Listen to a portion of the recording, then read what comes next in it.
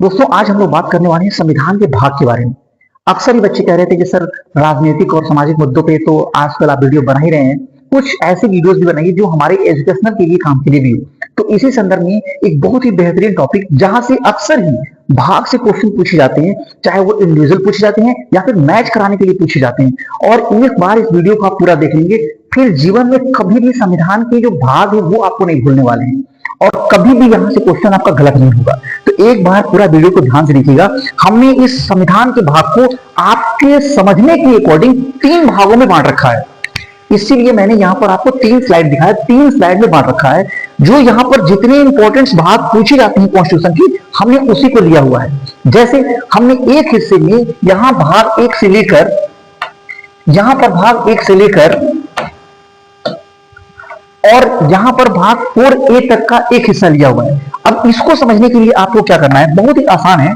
इसको आप थोड़ा सा ऐसे समझिए, जैसे ये है कि संघ और इसका राज्य क्षेत्र। यहां संघ और इसकी राज्य क्षेत्र से बहुत ही आसान भाषा में कहें तो ये कह रहा है कि जो हमारा भारत है, ये हमारे भारत का एरिया क्या है, हमारी भारत की जो भूमि है उसकी बात कर रहा है कि भारत का भूमि कहां कहां फैला हुआ है। तो ये पहला भारत के एरिया की बात कर रहा है, यानी कि जो हमारे राज्य और यूनियन टेरिटरी है, यानी कि एक तरह से यह किसकी बात कर रहा है, भारत की टेरिटरी की बात कर रहा है, क्षेत्र की बात कर रहा है। दूसरा कह रहा है कि भाग 2 नागरिकता। नागरिकता मतलब भाई कोई क्षेत्र होगा, कोई भूभाग होगा तो वहां पे रहने वाले लोग होंगे। तो यानी कि दूसरा किसकी बात कर रहा है, दूसरा बात कर रहा है यहां पे रहने वाले लोगों के बारे में। और जो तीसरा है वो कह रहा है फंडामेंटल राइट के बारे में। तो फंडामेंटल राइट जो है, जब यहां पर लोग होंगे तो लोगों के कुछ अधिकार भी होंगे। तो तीसरा सीधी सी बात है कि लोगों की किसकी बात कर रहा है, उन लोगों के अधिकारों की बात कर रहा है। और चौथा कह रहा है राज्य के नीति निदेशक तत्व, डीपीएसपी, जो directive principle of state policy है। यहां पर डीपीएसपी का मतलब ये होता है कि जो राज्य है वो जनता का किस तरीके से डेवलपमेंट करेगी, किस तरीके से उनके जीवन को बेहतर से बेहतरीन बनाएगी, ये सरकार की जिम्मेदारी है। तो जो चौथा है, जब पहला कह रहा है क्षेत्र, दूसरा कह रहा है वहां पे रहने वाले लोगों के बारे में, तीसरा कह रहा है लोगों के अधिकारों के बारे में, तो जो संविधान का भाग 4 है ये कह रहा है कि उन लोगों के जीवन को बेहतर बनाने के लिए सरकार की रिस्पॉन्सिबिलिटी क्या है, सरकार का क्या कर्तव्य है। यानी कि अगर डीपीएसपी की बात करें तो एक शब्द में कह सकते हैं कि डीपीएसपी का मतलब क्या, सरकार का कर्तव्य। तो ये हो गया सरकार का कर्तव्य। और जब सरकार लोगों के प्रति अपना कर्तव्य निभाएगी तो भाई लोगों का भी तो कुछ कर्तव्य होगा, सरकार के प्रति नहीं, देश के प्रति। तो 4A कह रहा है मूल कर्तव्य। ये किसके कर्तव्य की बात कर रहा है, ये कह रहा है लोगों के कर्तव्य के बारे में। जो लोग के कर्तव्य होंगे, जो लोगों की ड्यूटीज होगी अपने देश के प्रति, उसकी बात कर रहा है। तो देखिए इसको रटने से कुछ नहीं होगा, आसान भाषा में समझ लीजिए। भाग 1 किसकी बात कर रहा है, क्षेत्र की बात कर रहा है। भाग 2 किसकी बात कर रहा है, वहां पे रहने वाले लोगों की बात कर रहा है। भाग 3 किसकी बात कर रहा है, वहां पे रहने वाले लोगों के अधिकारों की बात कर रहा है। भाग 4 किसकी बात कर रहा है, वहां पे जो लोग रह रहे हैं उनके डेवलपमेंट के लिए सरकार का क्या कर्तव्य है उसकी बात कर रहा है। और भाग 4 का जो ए है वो किसकी बात कर रहा है, वो बात कर रहा है वहां पे रहने वाले लोगों के देश के प्रति कर्तव्यों के बारे में। कितना आसान है। इसको आप कॉन्स्टिट्यूशनल तरीके से यहां पर लिखा हुआ देखते हैं और यहां पर आप अपनी भाषा में अपने तरीके से आसानी से इसको समझ सकते हैं। तो एक स्लाइड तो ये हो गया। जब भी आप भाग को पढ़िए इसको एक साथ लेकर पढ़िए, इस हिस्से को भाग 1 से लेकर 4A का जो हिस्सा है इस हिस्से को एक साथ समझिए। अब चलते हैं इसके आगे के हिस्से को समझते हैं। इसको देखिए, जैसे यहां पर कह रहा है कि भाग 5 संघ। यहां पर संघ का मतलब आप सीधे सीधे किससे लगाइए, केंद्र की बात कर रहा है। और हमारा केंद्र कहां है, दिल्ली में है। सबसे ऊपर हमारे यहां जो शासन की इकाइयां हैं, शासन की इकाइयों में सबसे ऊपर कौन है, दिल्ली है। भाग 6 किसकी बात कर रहा है, राज्य की बात कर रहा है। तो दिल्ली से नीचे उतरेंगे तो शासन की अगली इकाई क्या आएगी, मेन जो सेंटर है वो दिल्ली है, सबसे बड़ा है। उसके बाद फिर राज्य है। फिर राज्य को किसमें बांट दिया गया है, तो राज्य को यहां पर इस चीज को थोड़ा सा समझ लीजिए। ये जो भाग 7 है, ये भाग 7 इस समय हमारे संविधान में नहीं है। भाग 7 को 7वां संविधान संशोधन 1956 के तहत अमेंडमेंट के द्वारा हटा दिया गया है। उसमें जो 4 प्रकार के राज्य बनाए गए थे, उसमें इसमें खंड ख के भाग थे तो उसको हटा दिया गया है। तो इसको आप ध्यान रखिए कि ये है नहीं, जो भाग 7 है उसको हटा दिया गया है। और जो भाग 8 है तो यहां पर सबसे ऊपर दिल्ली, दिल्ली को फिर यानी कि भारत को बांटा गया राज्यों में। और फिर राज्यों से छोटी इकाई कौन सी है?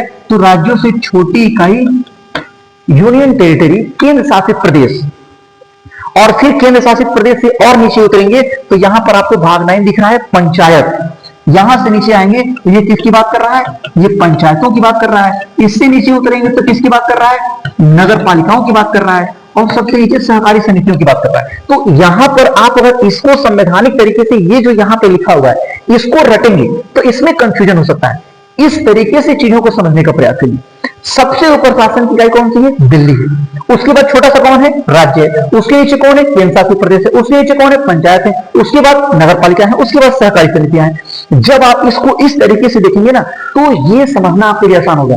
पहले आप भाग को एक साथ याद करिए, भाग क्लियर हो जाएगा तो आर्टिकल्स अपने आप क्लियर हो जाएंगे। आर्टिकल्स को अब बच्चे क्या करते हैं कि सर अनुच्छेद नहीं याद होता है, अब अनुच्छेद को लेकर वो अनुच्छेद 1 से लेकर और बाकी घटना शुरू करते हैं। भाई ऐसे कभी आर्टिकल्स याद नहीं होंगे। आर्टिकल्स को कैसे याद करना है उससे भी हम लोग फुर्सत में कभी किसी नेक्स्ट वीडियो में बात करेंगे।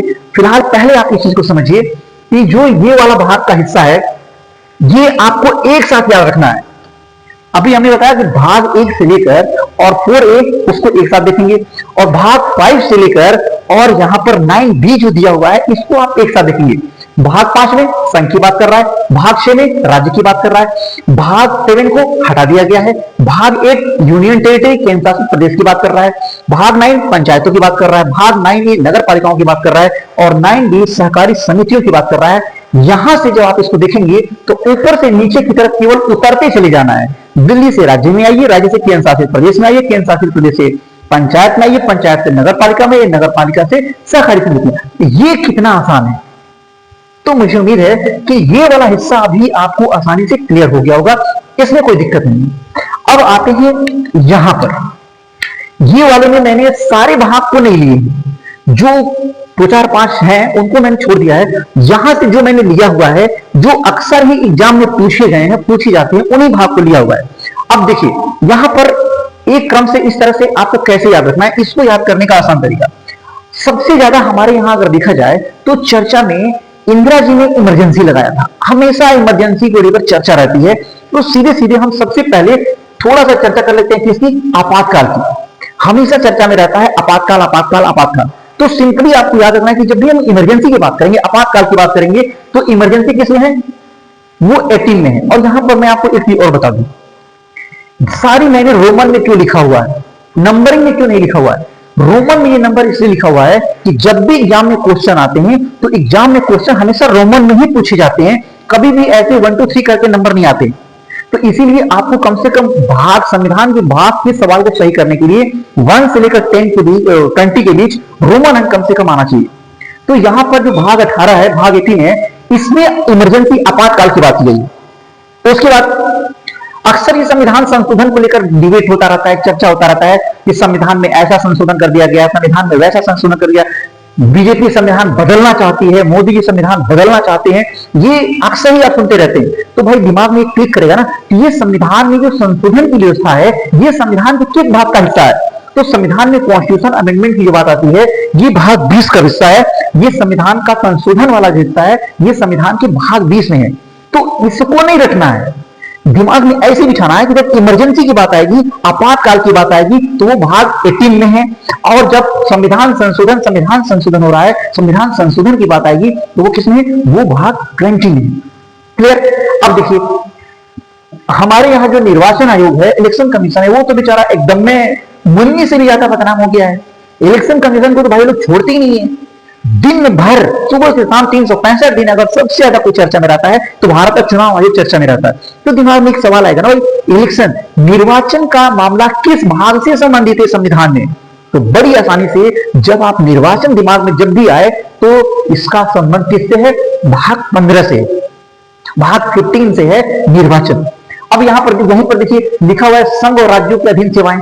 तो संघ और राज्यों के अधीन सेवाएं का मतलब अब आपको इस तरीके से जब आप रटेंगे कि संघ और राज्यों के अधीन सेवाएं, तो यहां पर आपको डिस्टर्बेंस हो सकता है। यहां पर आप सिंपली रोज सुनते आते हैं यूपीएससी और स्टेट पीएससी, यूपीएससी और स्टेट पीएससी अक्सर सुनते आते हैं। ये आईएएस और पीसीएस, आईएएस और पीसीएस रोज सुनते हैं, तो दिमाग में एक चीज क्लिक करना चाहिए कि भाई जो आईएएस पीसीएस वाला मामला है ये भी संविधान के किसी हिस्से में है, तो ये संविधान के किस हिस्से में है? तो संघ शासित प्रदेश जो संघ के अधीन जो सेवाएं हैं और राज्यों के अधीन जो सेवाएं हैं, संघ और राज्यों के अधीन सेवाएं, सिंपली में अगर हम आईएएस पीसीएस से समझने का प्रयास करें तो ये आईएएस पीसीएस का जो मामला है ये संविधान के किस हिस्से में आता है भाई? तो ये 14 में आता है, ये संविधान के भाग 14 का हिस्सा है। अब अक्सर ही ममता दीदी और सेंट्रल गवर्नमेंट यानी कि मोदी जी के विरुद्ध आप विवाद सुनते होंगे। अक्सर ही तमिलनाडु और दिल्ली के प्रति हम लोग विवाद सुनने को देखते हैं, यानी कि केंद्र और राज्यों के बीच, जिन राज्यों में सेंट्रल गवर्नमेंट की पार्टी की सरकार नहीं है उन राज्यों में अक्सर और केंद्र और राज्य के बीच विवाद होता है। तो ये भी जैसे ही ममता दीदी और दिल्ली के मोदी जी के प्रति एक पॉलिटिकल विवाद, व्यक्तिगत विवाद नहीं होता है, इस बात को ध्यान रखिएगा। ये जो हम लोग व्यक्तिगत विवाद करके आपस में लड़ते हैं ना, ये उन लोगों के बीच व्यक्तिगत विवाद नहीं होता है, ये एक राजनीतिक मुद्दा होता है। तो जब भी कोई इस तरीके से केंद्र और राज्य संबंध के बीच की जो विवाद की बात आती है तो दिमाग में क्लिक करना चाहिए कि भाई ये केंद्र राज्य का जो विवाद है ये संविधान के किस हिस्से में है? तो ये संविधान के किस हिस्से में है? ये संविधान के भाग 11 में है। केंद्र राज्य संबंध संविधान के भाग 11 में है, और भाग 11 में इस चीज को ध्यान रखना है कि भाग 11 में केवल और केवल 2 प्रकार के संबंध हैं, विधायी संबंध और प्रशासनिक संबंध, वित्तीय संबंध नहीं है। केंद्र और राज्य के बीच 3 प्रकार के संबंध होते हैं, वित्तीय संबंध, प्रशासनिक संबंध और विधायी संबंध। तो विधायी और प्रशासनिक संबंध भाग 11 में है, लेकिन जो वित्तीय संबंध है वो संविधान के भाग 12 में है। क्लियर? अब ऐसे ही भाषा को लेकर अक्सर हम विवाद सुनते रहते हैं कि अभी देखो महाराष्ट्र में अक्सर मराठी को लेकर भाषा विवाद चल रहा है, उधर तमिलनाडु में कुछ लोग हैं जो भाषा को लेकर बवाल किए रहते हैं, कर्नाटक में तो अक्सर भाषा को लेकर हमारे यहाँ विवाद होता रहता है। तो जब भी भाषा, लैंग्वेज को लेकर विवाद की बात आएगी तो दिमाग में क्लिक करना चाहिए कि भाई ये भाषा वाला मामला संविधान के किस भाग में है? तो भाषा वाला मामला संविधान के भाग 17 में है, भाग 17 में है। भाग 17 में संविधान का भाषा से संबंधित मामला है। और यहां पर जो अनुसूचित जाति जनजाति क्षेत्र है, अनुसूचित जनजातियों क्षेत्रों के लिए भाग 10 में है। तो देखिए इस चीज को अगर आप एक क्रम से रटना शुरू करेंगे तो यहां पर कंफ्यूजन हो जाएगा। सिंपली तरीके से दिमाग को कंसंट्रेट करके एक बार सोच लेना है कि भाई आपातकाल होता है तो भाग 18 में है। हमारे संविधान को ऐसा बदल दिया जाएगा, वैसा बदल दिया जाएगा। तो जब संविधान संशोधन की बात आती है तो ये संविधान संशोधन भाग 20 में है। आईएएस पीसीएस होता रहता है तो ये किससे संबंधित होता है? ये भाग 14 से संबंधित होता है। जब इलेक्शन को लेकर रोज इलेक्शन कमीशन को पूछा जाता है, इलेक्शन कमीशन ऐसा, इलेक्शन कमीशन वैसा, तो ये इलेक्शन ये किस भाग का हिस्सा है? तो ये भाग 15 का हिस्सा है। भाषा को लेकर हमारे देश में अक्सर ही इस बात को लेकर हमेशा बवाल चलता रहता है कि नहीं हमारे ऊपर हिंदी नहीं थोपी जाएगी, हम अपनी भाषा बोलेंगे। तो ये भाषा को लेकर विवाद किसमें है? तो ये भाग 17 में है। केंद्र और राज्य, अक्सर ममता दीदी और मोदी जी के बीच जो विवाद दिखाई देता है तो केंद्र और राज्य के बीच जो संबंध है वो किसमें है? तो वो भाग 11 में है।